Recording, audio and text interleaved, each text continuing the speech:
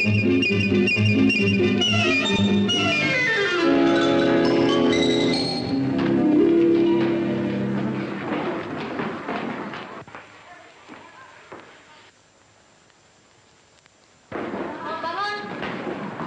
Selamat pagi, cikgu. Selamat pagi, cikgu. Selamat pagi, murid-murid. Duduk.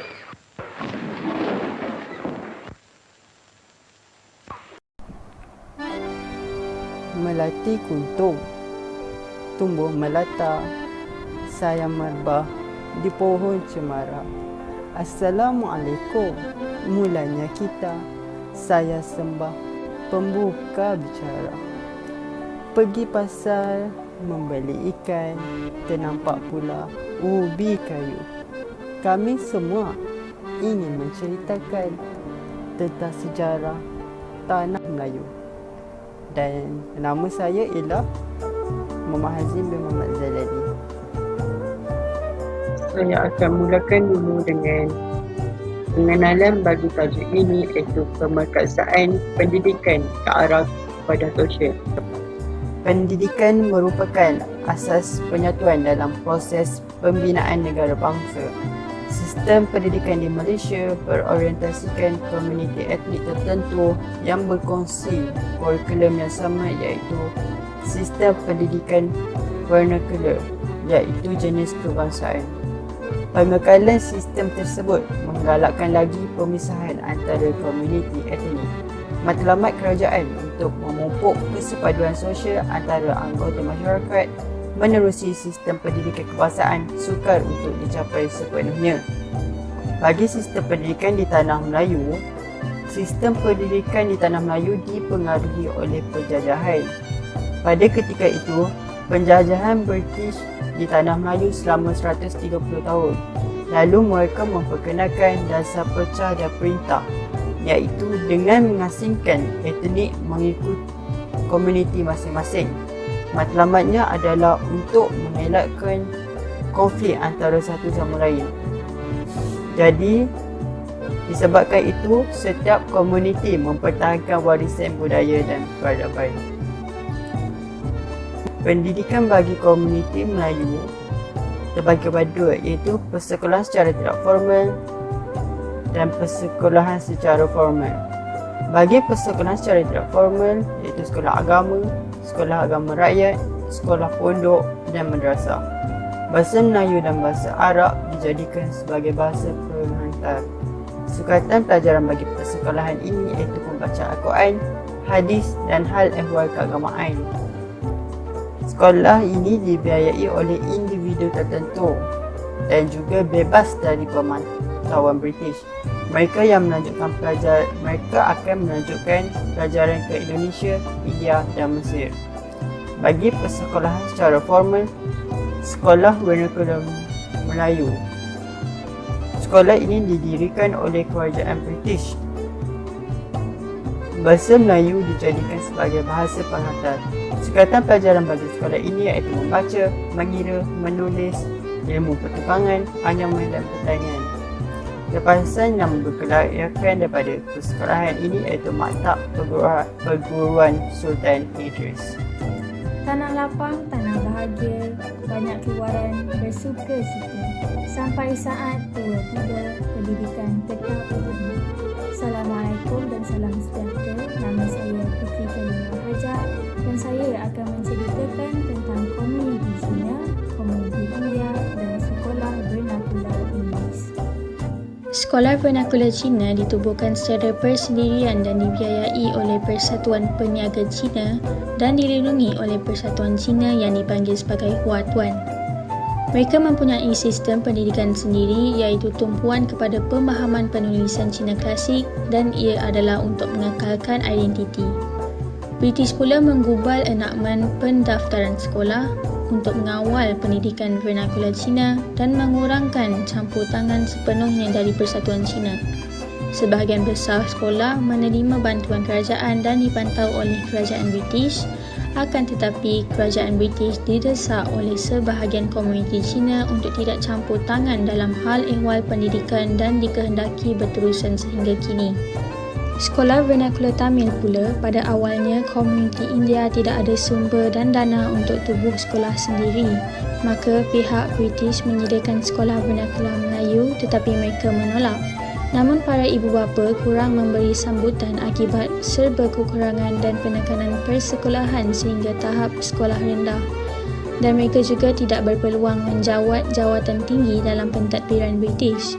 Dan akhirnya, sekolah Vernacular Tamil ditubuhkan oleh pihak pengurusan estate dan menggunakan bahasa Tamil sebagai bahasa penghantaran. Sekolah Vernacular Inggeris ini pada mulanya dikuasai oleh mubalik Kristian dan hanya menggunakan bahasa Inggeris sebagai bahasa penghantaran. Ia diambil alih oleh kerajaan British bagi memenuhi keperluan pentadbiran British dan lulusan sekolah Inggeris ini berpeluang menjadi pegawai tadbir rendah.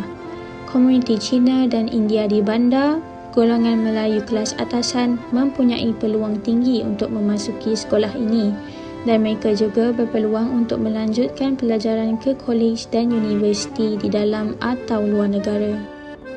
Petang hari pergi ke pekan, pulang membawa sebungkus paksa. Hidup muhibah perlu diamalkan di negara Malaysia berbilang bangsa. Cantik bergugus buah papaya, masak dipetik satu persatu. Walaupun berlainan bangsa budaya, kerana muhibah hidup bersatu. Tuan puteri dari kayangan senyuman manis seperti madu. Bermacam-macam keturunan bukan halangan untuk membina bangsa yang padu. Saya Iza dan bersama seorang lagi rakan saya akan menerangkan dasar pendidikan. Bermula pada tahun 1946, dasar Cheeseman diperkenalkan, diikuti dengan jawatan kuasa Karl Sauder dan akhirnya terbentuk Akta Pendidikan 1961. Dasar Cheeseman 1946 matlamatnya untuk menyatukan komuniti etnik yang berbeza. Intipati utama peruntukan pendidikan peringkat rendah dan bahasa ibunda, pendidikan Inggeris peringkat menengah dan peluang pendidikan bagi golongan wanita. Permasalahan timbul apabila perbezaan bahasa perantaraan dan jangka masa perubahan. Peluang secara percuma bagi sekolah Inggeris peringkat rendah dan menengah yang mempunyai kekurangan tenaga pengajar dan tiada kuasa untuk melaksanakannya. Pada tahun berikutnya, jawatan kuasa Karl Sauder ditubuhkan untuk merangka pendidikan tahap universiti di Tanah Melayu. Penyatuan menerusi penggunaan bahasa Melayu sebagai bahasa pengantar dan masalah timbul apabila bangsa bukan Melayu merasakan bahasa ibunda mereka tergugat dan terdapat percanggahan pandangan antara komuniti Melayu dengan yang lain. Disebabkan permasalahan itu, Jawatan Hubungan Antara Kaum ditubuhkan pada tahun 1946. Matlamatnya adalah untuk memupuk penyatuan dalam masyarakat majmuk, membina sebuah negara bangsa yang merdeka. Ahlinya adalah Dato' On Jaafar, Tan Cheng Lock, E.E.C. Turaisingam. Mereka menggunakan kaedah bahasa Melayu dan bahasa Inggeris wajib diajar di sekolah. Pertubuhan sekolah kebahasaan, bahasa Melayu dan bahasa Inggeris sebagai bahasa pengantar, bahasa ibunda boleh diajar. Tetapi ada masalah apabila semua kaum mempertahankan sistem pendidikan yang diwarisi. Oleh itu, laporan Barnes 1991 diperkenalkan. Tujuan untuk mewujudkan kesepaduan sosial, memupuk semangat perpaduan dan integriti antara etnik. Matlamat mereka adalah untuk menyemak dan memperbaiki bentuk pendidikan Melayu. Mereka menggunakan kaedah merangka satu corak pendidikan, bahasa Melayu dan bahasa Inggeris sebagai bahasa pengantar di sekolah rendah, bahasa Inggeris di sekolah menengah. Mereka juga ingin memasuk sekolah vernacular, tapi dapat tentangan daripada komuniti bukan Melayu.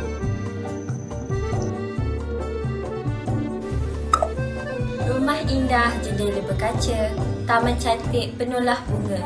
Dasar pendidikan sudah dimula, mari dengarkan sambungannya pula. Laporan Fairwood 1951. Tujuannya adalah untuk mencadangkan penambahbaikan untuk menjadikan sekolah Cina sebagai institusi yang memberi faedah kepada tanah Melayu. Ianya diterbitkan Ekoran Bantahan Masyarakat Cina terhadap laporan Burns 1950.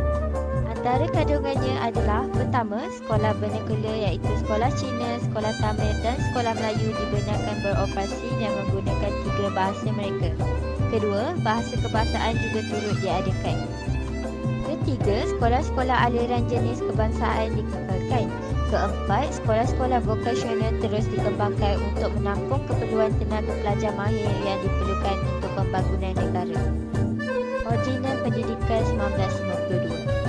Tujuannya adalah untuk mengkaji laporan Burns 1950 dan laporan Fairwood 1951. Laporan ini menetapkan yang pertama, sekolah kebangsaan sebagai corak sistem persekolahan kebangsaan.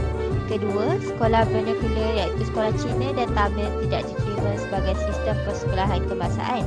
Ketiga, bahasa Cina dan Tamil diajar sebagai bahasa ketiga. Laporan Razak 1956.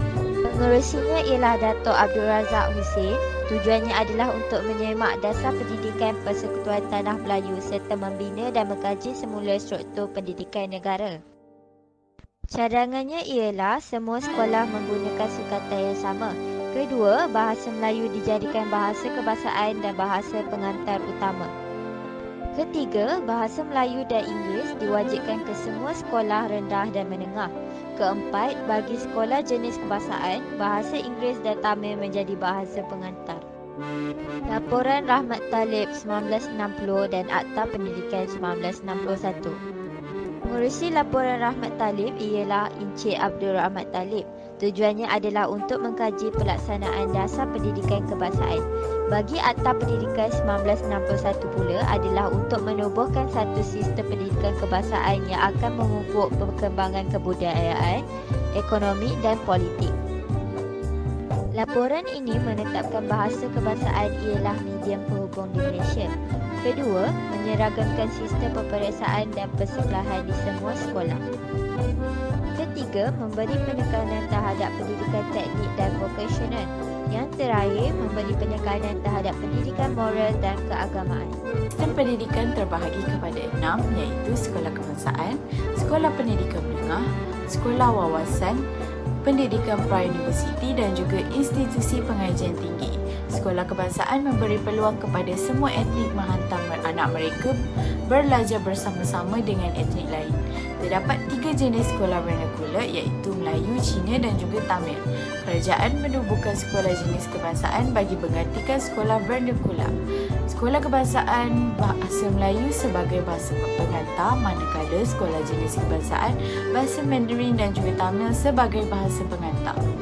Terdapat 8 kategori pendidikan menengah iaitu sekolah menengah harian, sekolah menengah jenis kebangsaan, sekolah berasrama penuh, sekolah kluster kecermelangan, teknik dan vokasional, sekolah menengah agama, sekolah seni dan juga sekolah sukan.